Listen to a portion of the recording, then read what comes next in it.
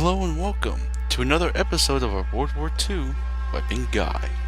In this episode, the Cavalry Shield. A recently new addition within Call of Duty World War II, this shield will basically block anything besides grenades and rockets. But in real life, this thing can only block small caliber bullet weapons and shotguns.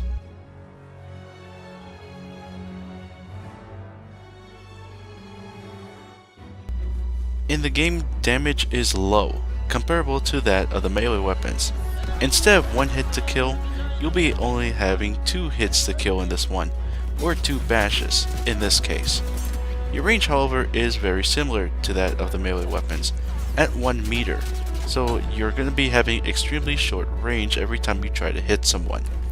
And your penetration ability, you have none. Just do be warned, the damage can be inconsistent. You could miss a couple of times depending on your enemy's movement. With the rate of fire, however, it's going to be very low. Unlike the melee weapons, you will be hitting within around 50 hits per minute as an estimated guess. If you equip Serrated, however, it is going to increase slightly and will help with your attacks at around 65 hits per minute. You have no hipfire to speak of because of it being a melee weapon. You have no recoil to speak of with the shield.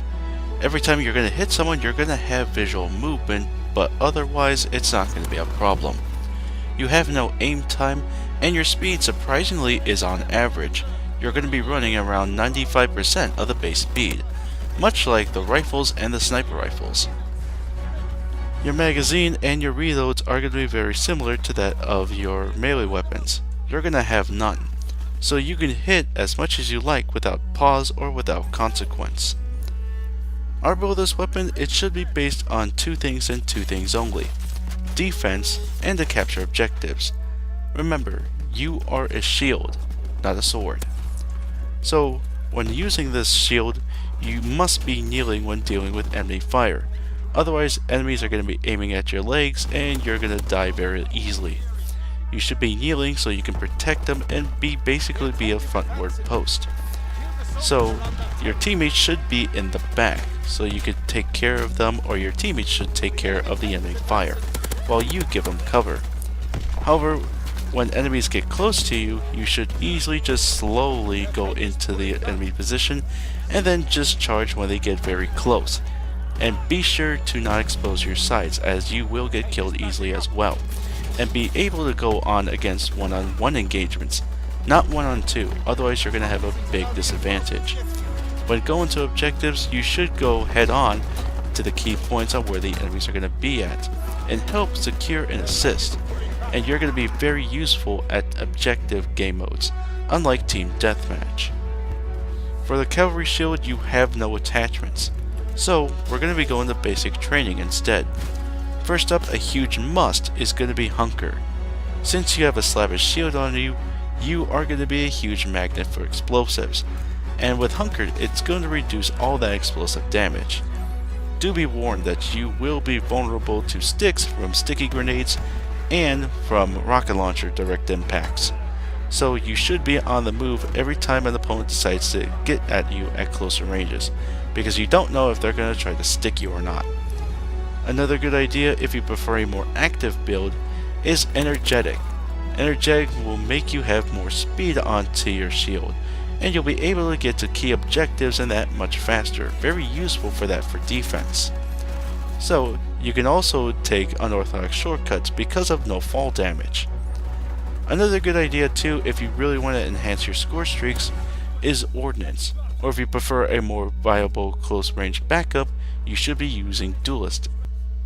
So for loadouts and that, it's only available when it comes to the Cavalry division, so you can't equip it with any other division, but I am going to show you other loadouts instead. So when it comes to your lethals or tacticals, it is very versatile. For the lethals, you could use the sticker grenade to stick other enemies, or even those that have shields.